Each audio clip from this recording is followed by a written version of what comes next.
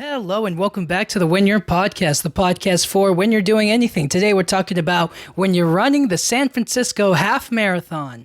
I this past Sunday I ran the San Francisco Half Marathon on the July 23rd.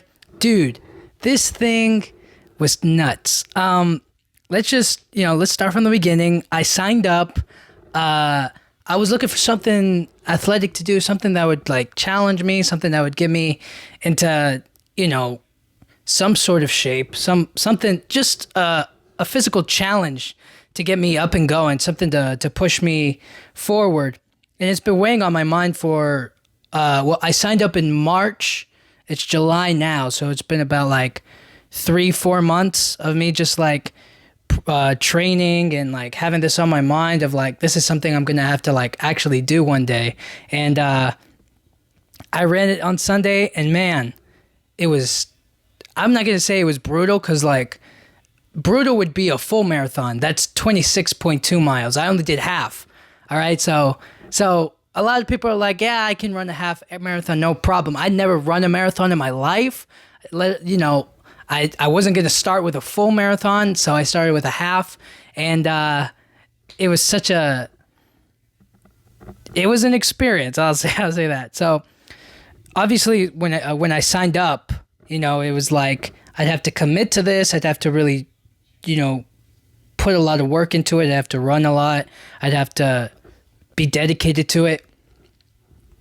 But there were some, I'm not going to make any excuses, but some things did come up in my life, and it was just kind of like a big balance between figuring the two out. But at the end of the day, it's just getting, once you get started on the run, it's there. But it was the actual, you have to commit, and if you're doing it, you're committing all the way. So that was the beginning of it all. And then obviously it's just the following through. You got to follow through on these kinds of things. And in the end, like when I finished the marathon, I felt so accomplished. I felt like I really achieved something. I felt really good about myself, and I felt like, if nothing else, you're capable of committing to something and getting it done, no matter what, And it's something that I've always felt I could do, but it's just like, this was one of those things that happen every once in a while, you know what I mean?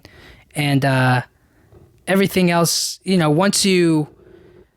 first step was just figuring out, do I want to do this? Is this something I really want to dedicate myself to? The answer was yes. So then I committed to it. I was committing to the act of participating in this, and then finally following through. And then everything else after is just a learning process. Everything else after is just like figuring out how to run, figuring out the best way to run, what works for me, how to deal with inclines, how to deal with all kinds of different things, different kinds of running techniques, different breathing patterns. You figure everything else after, And that's just the whole process of it all, is learning about yourself, learning about what you can accomplish, learning about, especially for me, the physical advantages I have and the things that I'm capable of doing. And it was really amazing when I finished. And obviously, you figure it out. You know what I mean? Like, there's certain things that happen in your life and you're just like, we'll figure it out, if nothing else, right? So, because I always have that thing in the back of my mind, which is like, what if I have to run 10 miles in a certain direction, or like I have to run away from something and like I have to make it in a certain time? Can I do it? And you don't plan for it. It happens unexpectedly. Something comes up, something happens, and you have to like run away, or in the moment you have to push in, you have to really move. I always think of situations like that and I'm like, am I ready for that? And that's why the saying is like, you stay ready so you never have to get ready. You know what I mean? And so this whole experience has taught me that I need to stay ready, so that way if something like that does happen, I can just, go out there like a lot of people who run half marathons or just marathons in general, they can just they run constantly. They're on a constant runner's high. They love the experience. They like the experience, and they constantly enjoy the feeling, and they're always in that mode. So that way, when a half marathon comes along in their city or town or like a race or whatever, they can just participate. You know, like a lot of people. But let's just get into so training was not fun. Training, I initially was going to record this for my YouTube channel. I wanted to, and then I started recording myself doing it, and I realized that I was kind of half paying attention to the run, and I was going a lot slower recording myself and trying to talk into the camera. And I was also like breaking it apart. So like I would record myself, I would talk, and then I would cut it off, and then I would re-record myself. So it'd be like I'd run like 1 mile, and then after the 1 mile, I would record myself and be like, 1 mile done, guys.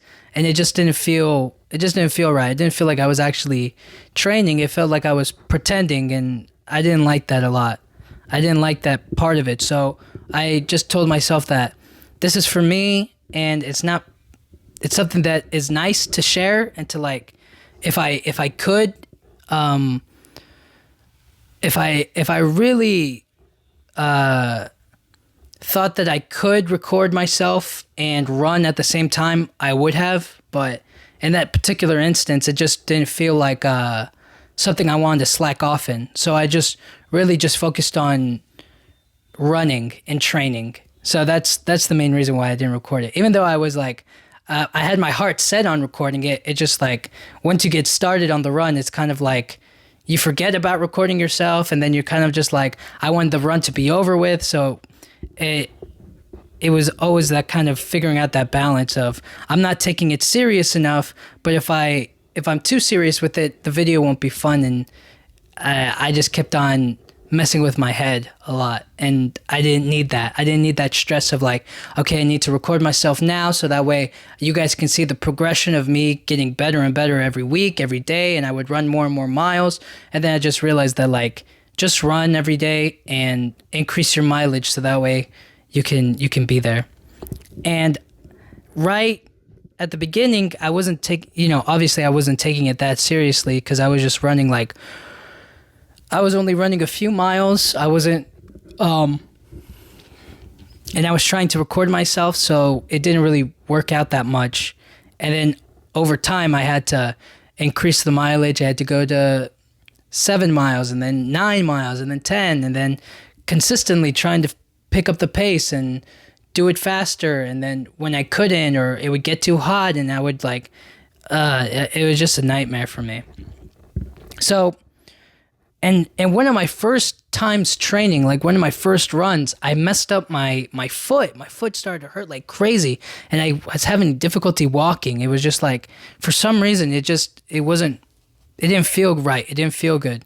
So I didn't know what it was. I kept on trying to run on it, and then it would instantly get hurt again.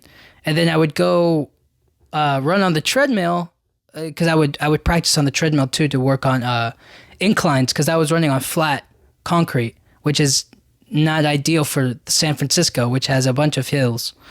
So I was practicing that, and then when I would practice on the treadmill, my feet were fine. But as soon as I started outside, or I got to like a certain like after I got to 5 miles, my foot started to hurt like crazy. So it was just like, oh my goodness, I didn't know what it was. And so eventually, I thought it was my shoes, but then the shoes still ended up hurting. So I couldn't figure out what was going on. So eventually I got told to like put on double socks, put double socks on, and maybe that'll cushion the blow a bit. And so rather than put double socks, I triple socked it. I put 3 socks up in there. And what ended up happening was I wasn't in pain anymore. My feet started having a lot more support, a lot more cushion to them. So because of that, I started training with triple socks on, and it was the best. I could run as far as I wanted, and I wouldn't feel pain on my foot anymore. So it was the best thing. It really worked out for me. And after that, it was just run every day. Or every day. It was just run. And then I think on like weekends I would take a break, or I would do small runs throughout the week, and then on like the weekend I would do like a long run, and then maybe like on Sunday I would rest, or Saturday, you know what I mean? And then again repeat the process but increase the mileage. So you would do 2 miles and 3 miles, and then you would run like 10 miles on the weekends or something like that. So that's just kind of the process. And it was just about running and trying to breathe. You know, the hardest part about it for me was I would always try to breathe through my mouth. And it's a bad habit. It just doesn't work out that well. So most of the time I would try to just close my mouth and then breathe in through my nose and feel the air coming into my lungs. I would just try to enjoy that feeling of like, okay, you can still breathe. You're okay. Keep moving. Your legs will be fine. They're not in pain. You know, they're not hurt. You're going to still be able to walk. You're still going to be able to run. Just breathe, you know, and that really helped me get it going. But after a certain amount of time, I have to practice on the course. I have to practice on the actual course I'm going to run for the race. So that created a whole new list of problems. So first of all, I have to find out where the course is being held, and they have like a map for me. They draw out like a map plan for you. And I was like, how do I get this on? Because I didn't know where I was going, where I was going to be starting, how I was going to get there, all this other stuff, right? So I kept on trying to figure out a way to put it on like a GPS. I kept on trying to be like, all right, give me the exact directions. I want the exact directions on where I'm going to go and how I'm going to run through it. So I had to download this Map My Run app, and it had the exact location, and it had the exact trail that you're supposed to follow. But I wanted it to speak to me. You know how like on the GPS it'll be like, turn right in 300 feet, you know what I mean? I wanted that, so that way I could like put in my headphones and listen to like a podcast or some music, and then every now and then it would give me an alert, and it would tell me, turn right here, or turn left here, and follow this place here, you know, keep going straight, stuff like that. But they didn't have any of that. So what they did have was they had this Map My Run, and as you run, you just have to look at the screen and figure out if you're going the right way or not. And in the end, it wasn't all that complicated, but the app would drain my phone battery. So my phone would die, and I wouldn't have directions back to home. You know what I mean? I wouldn't have my Google Maps to take me back to the BART in order for me to get back home. So the first time I ran the course, I was just learning the course. I had never run the course before. I had never done anything like that. And it was the 13.1 miles. And it was tough. It was really brutal because I didn't know where I was going. I didn't know what I was doing. I was running super slow because I didn't know where I was going to go, where I was going to end up, what was going to happen. And as I'm running, my phone battery is it's just dying on me. It completely drained it down to like, I think at the end of the run, I was at like 20%.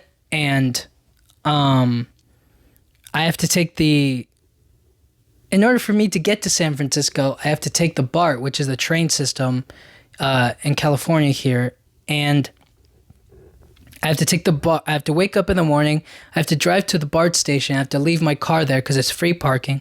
I leave it there. I take the BART to San Francisco, and then I get off on Embarcadero. And then from Embarcadero, I have to walk to the start place, and then from the start place, I run. So from the BART station to the starting point is like an hour walk, and then from there we start on the run, and then after the run, we have to walk back to the BART, which takes another hour from where I end, which is not at the same place as where we start. So it was a whole mess the first time, and it was an awful trip the first time. I just, but it was the first time. Second time was a lot cleaner. It was a lot better, mainly because, it was the best. Well, not the best, but it was better than the first time, mainly because I knew the course. I knew where I was running. I knew what I was doing, so I didn't have to drain my batteries figuring out how to run the course. I could just run it freely. And then as I'm running the course, I realized that, like, I don't want to say that I was,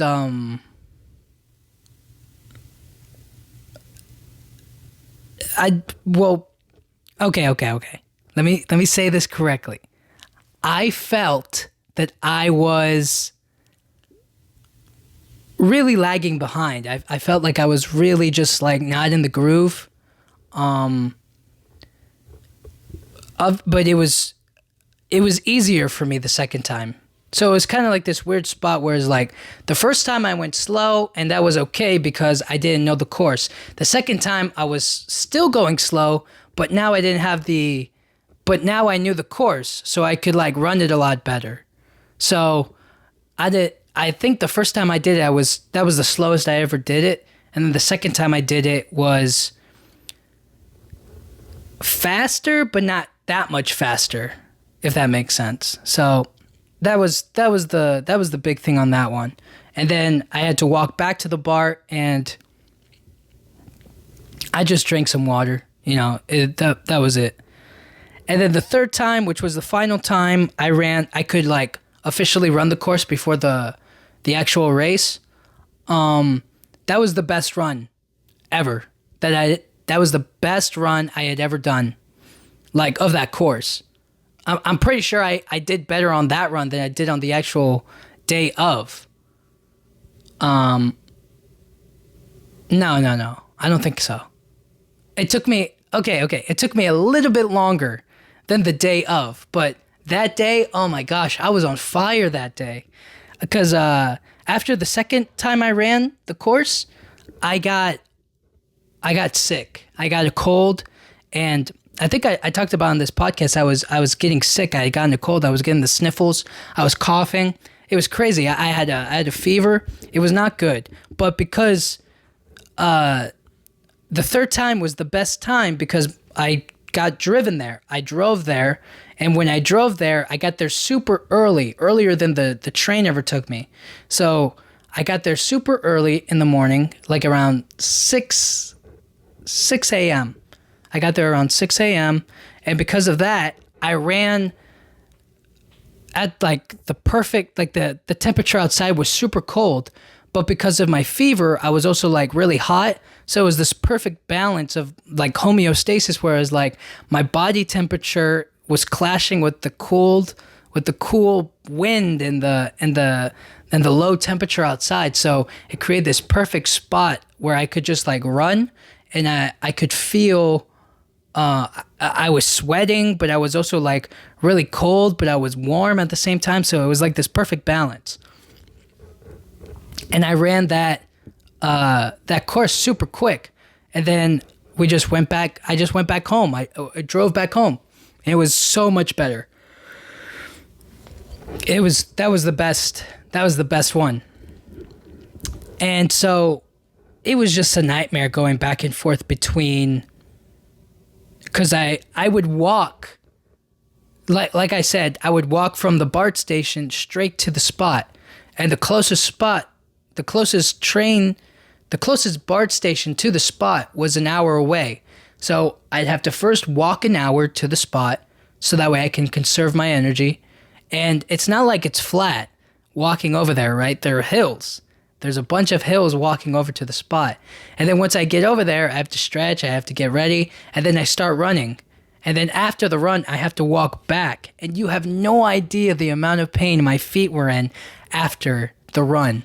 So my feet are already in blistering pain, and I have to walk back to the station. So it was just awful. And on my first day, the first time I ran the course, dude, the BART was going crazy because it was so... The temperature difference between San Francisco and where I live was dramatically different because San Francisco has the water, it has the bay, it has the wind going for it. Like, there's so many advantages living over there in the summertime. And where I live, it's just dry, heat, hot. It's like the sun gave birth here. It's boiling temperatures. And because of that, the BART had to go super slow because of the heat would... And in other words, it would like bend the rail if we went too fast on it. So we'd have to go super slow.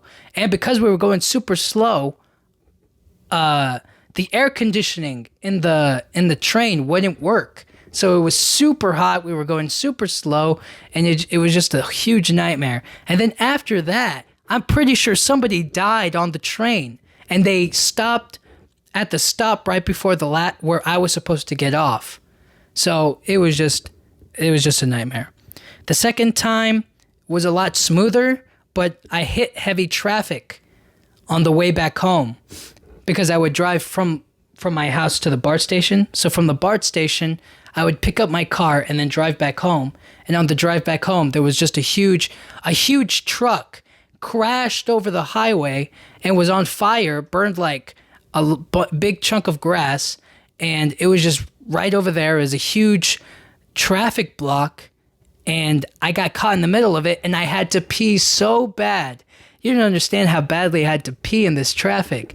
And so it was just a huge nightmare. And then eventually I got off of the freeway after what felt probably like an hour or two, and I really had to pee.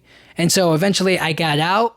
I got off of the freeway, out of traffic, and then I went to the first exit I could find. I got off of it, and then I just peed right in the middle of nowhere. It was the best feeling, but also the worst feeling, if that makes sense. It just, oh my goodness, it was awful. Anyways, the day of the run. So finally we get to, after all of that excruciating time and training, we finally get to the day of the run. And because I was so nervous the night before, I did everything I could to relax. But something about it, I always get a little nervous. I always get a little bit I just get a little bit scared, a little bit nervous about the run of. But despite all that, I got a hotel out there in San Francisco with a beautiful view, with a nice, there was a nice little pizza spot nearby, which was cool. And it was also like really close by to the starting line. So all I had to do was get, my family drove me to the starting point, and then I would walk to where my corral was, my starting group was, and then from there we would do the race. But the night before, I was very nervous, so I only got like 2 to 3 hours of sleep, really, which is pretty good, I think, especially for me, because usually I'm tossing and turning all night for some reason, especially the day before, like I have to go run the course. But on that particular night, I got some good sleep. I got to the course, and I was just doing anything I could to relax, making sure I did everything correctly, so that way I didn't have to worry. So I had to wake up at 5 a.m., and then from 5 a.m., I had to get driven to the starting point. And when I got dropped off, which was like around 5:30-ish, I could already see the full marathon runners running. So the way that it worked was, I think the ultra marathon runners ran, and then the full marathon runners, and then they did the half marathon, and then they did the second half marathon, and then they did the 5K, the 3K, the 1K. Like they had all the races set up for that day, pretty much. So as I was walking to the starting point, which is like around, let's say like around 5:45, 5:30, 5:30, 5:45, like in between that time, as I'm walking over to my starting point, the full marathon runners are already going. So I see them run past me, and I'm just like, man, these guys are already going, and they're going to keep on going for 26.2 miles. I was just like, phew, I must, those guys are determined. And those guys were at the front. And you know how I know they were at the front? Because they literally just started, and they're right up front. And they have to keep up that pace. And for most of them, it's probably breakfast. It's light work for them. But for me, I was just looking at them. I was like, man, they probably had to be there at 4, or they had to race at like 5. They started at like 5:15. So they have to be there, wake up earlier, eat something, get there. Just like everything an hour earlier than I did. And I was just like, man, that's crazy. And right before my run, they have like music blasting. And I have my headphones in because I'm trying to like listen to a podcast, just trying to, anything to relax me, anything to like get me out of my head, so I find it easier for me to listen to a podcast to get me out of my head rather than listen to music, because music pumps me up, right? That gets me going, but I don't need the pump up in the beginning. I need the pump up in the end, because that's when you're going to struggle the most. So I like to listen to a podcast. It gets me out of my head and makes me just have to focus on the run. And that way I get like, my mind just melts away all the other people and things going on. And that morning, it was so beautiful because you can see the Golden Gate Bridge and the fog and the sun coming up. It was like that majestic, the orange and pink, and it was so beautiful that morning. And so I relax, and I treat it just like any other run. I treat it like all the previous runs I did, and I just try to remember the feeling I had on that third run, because that third run was bliss. That third run was so beautiful. I remember it still. And so I had to get everybody else out of my mind and just run.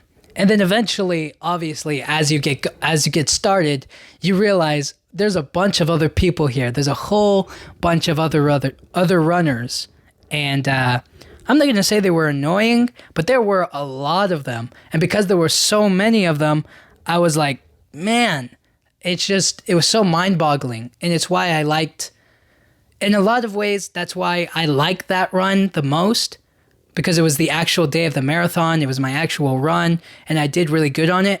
But the third run that I did, the one before the marathon, that one was so much better in a lot of ways too, because I got there so early in the morning. I got there when nobody was on the Golden Gate Bridge. Absolutely nobody. It was empty as can be. It was just a beautiful run, a beautiful day. And I was just in that perfect balance. It fit. And they also made me, everybody there is already so athletic. They're so used to it that it just makes me feel like a big slowpoke. They're running so fast. And then you see the pacers. So the pacers wear these green shirts, and they hold up a sign that tells you what pace they're running at. So there are people so good at the running that they're designated to be pacers, which is like they say, I'm running at a pace of 2 hours. So if you stay with that pacer and go run as fast as them, you'll finish the marathon in about 2 hours or so. And I was always like, okay, my goal is to stay with that person. And then they just run past me. I'm just like, oh my goodness, I can't even keep up with them. I was just like, I'm never going to make it. But then eventually I just stopped thinking about that, and I realized like that's so unreasonable. Stop thinking about that. Stop worrying about it. Just run and you'll make it. Trust yourself. Trust your training, trust your body, and just run it. So eventually I'm running it, and it's just so much fun. Like after all is said and done, I have the view was beautiful. The views were amazing. The people there, I mean, having a bunch of other people running with you feels really good. As much as I like running alone, as much as I like the peace and quiet and the emptiness of it, it's also what I like about driving is that like there's nobody in the way. Like I love empty road and kind of like that early morning, nighttime, dark aesthetic where it's like foggy. You know what I mean? That's the best. But for this one, it's a lot different because I also really like the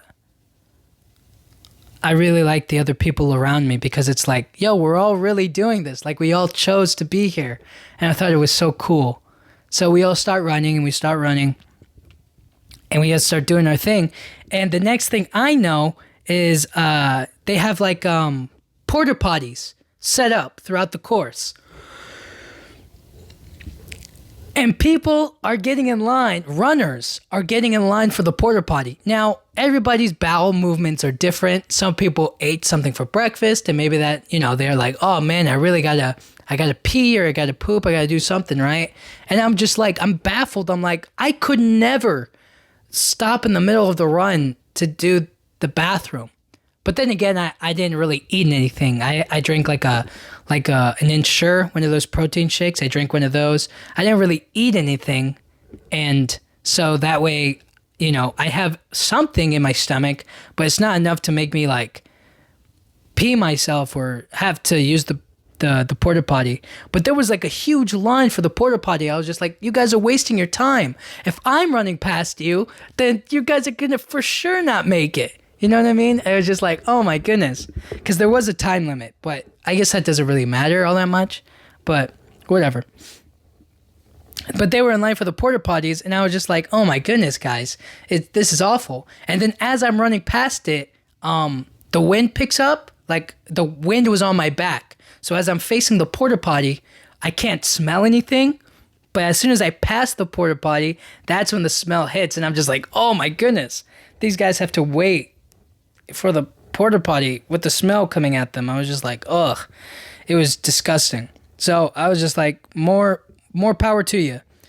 So after that, you got your water stops. They're the porta potties, and then they also have the water stations, and the water stations were the best. I didn't drink any water on the run until about halfway through the race. So like around 6 miles, 7 miles, somewhere there, I stopped to drink some water.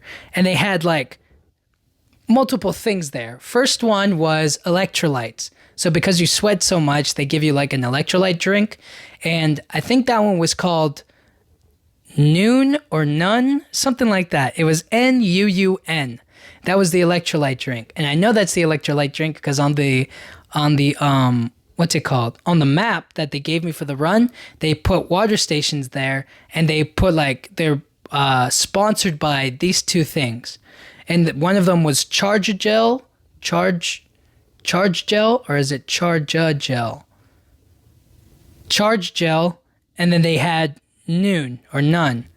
And they passed out those drinks first. So the first one was electrolytes, and they put like that it's kind of like it's just a hydration packet or whatever, you know what I mean, like the little powder, maybe, or maybe they were like droplets, I don't know, but they put that in the drink, and then you would drink that, and then somebody else just had plain old water. So I didn't know the first one was electrolyte drink. I drank it. Well, I also spilled some of it too because I was running and I wasn't like trying to handle it with care. I was just like, let me just grab it and just chug it as much as I can. And the first time I grabbed it, I spilled a bunch of it, and then I like took a shot of it, and I was just like, that was delicious. I want another one, but I grabbed like a small water, and then I took it.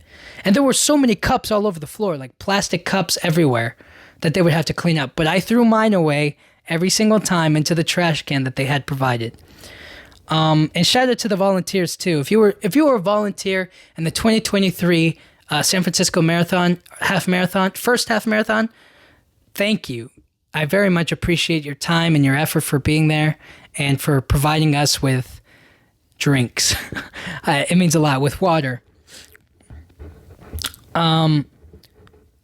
And there was also a point. There was also a point on the Golden Gate Bridge. If you were running past the Golden Gate Bridge, I kept on thinking to myself, like, why is nobody giving water out here? Because it's just bridge. There's nobody there. And maybe that's fair. You know, they probably shouldn't waste space for people to run or like move past other people just so that they can pass out waters. But at the same time, I was kind of like, this is a wasted opportunity here. But after you end the Golden Gate Bridge, that's when you get that's when you can get water and stuff. And I think that's when I got some, or maybe it was later on. I can't really recall or remember per se, but I just know that that was there.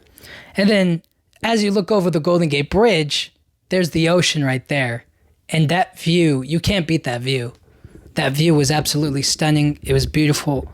And I still think about turning my head to look at it. And I'm grateful that I did, because it was such a beautiful picture that I could, it was the best thing ever. It was one of the privileges of being in San Francisco, you know. But for me on that day, it was just me taking it all in. Not that I wasn't taking it in before when I was running the course, but it's just on that particular day. It was like, after all of my training, this is kind of like, I mean, it's not going to be my last time looking at the view, but it's going to be my last time like running the marathon and actually getting to see it in all of its beauty. So I loved it. It was absolutely amazing. And the final thing was the map course, the one that I'd been practicing on running, and the final course were completely different. So it actually ended a lot earlier than I'd been running. And it took me to like an alternate route or something. Like I'd been running, like imagine you've been running a straight line, right? But then actually they say you actually have to go left for a quick second and then come back to the straight line. So it's like, wait, hold on. I've been running this line the whole time, but now you're telling me I have to branch out and then come back to it? And they're like, yeah, just for a quick, mile or two. I was just like, all right, fine, whatever. So that's what ended up happening. They took me like another and not a mile. It wasn't like a mile. It was like maybe a couple hundred yards or something. Maybe like half a mile or something. But it wasn't like crazy. But it was just a little difference. And then finally, I'm approaching the finish line. And I think I have a long ways to go still. I think I still have some ways to go. So I don't turn on my music yet. I'm still listening to the podcast while pausing in between, so that way I can like enjoy some of the silence. But eventually, as I'm approaching, I finally see a point where I can turn on my music. So I turn on my music and it pumps me up and it gets me going. And then finally, I see the finish line. I'm like, wait, I thought it was going to be further down. This is the finish line? I was like, this is crazy. So I sprint and I do it. And I'm just running like crazy. And then I finally make it across the finish line. And the feeling I got when I finally ran it, with the music playing, with my legs, my head, the sweat, all of it. I just ran with all of my might. I sprinted as fast as I could, and I passed like 10 people. And it was so great. And as I crossed the finish line, I was just like, finally, I did it. It's over. I accomplished it. I got it done. I felt so good. And then they were passing out waters. They had snacks. They had like protein bars. They had pretzels. They had bananas. I took a banana. I just got whatever I could for free. They gave me my medal, which was awesome. They had like a whole bunch of them. And I was just like, I'll take that one, please. And I just remember after I finished, I was at the end of it and I walked a little bit and then I sat down to enjoy my banana and I looked up into the sky and I felt so accomplished. I felt so good about myself. And I swear to you, I was looking up into the sky. I was eating my banana and I saw in the blue clouds and the blue sky, I saw like a little bunny hop by, and you know, I realized I was the bunny. I finished. I am a fast bunny. I've made it. And it was just a really good feeling. And I just remember that banana being like life-saving, and the water was nice, and the saltiness from the pretzels made me want to drink more water. And it all just came together so nicely. And I felt good. And it was a really good experience. Would I ever do it again? Probably not. No. It was just really taxing on my mental well-being, but it feels good to know that if I wanted to, I definitely can and I could. But it's just I like running, but not for like a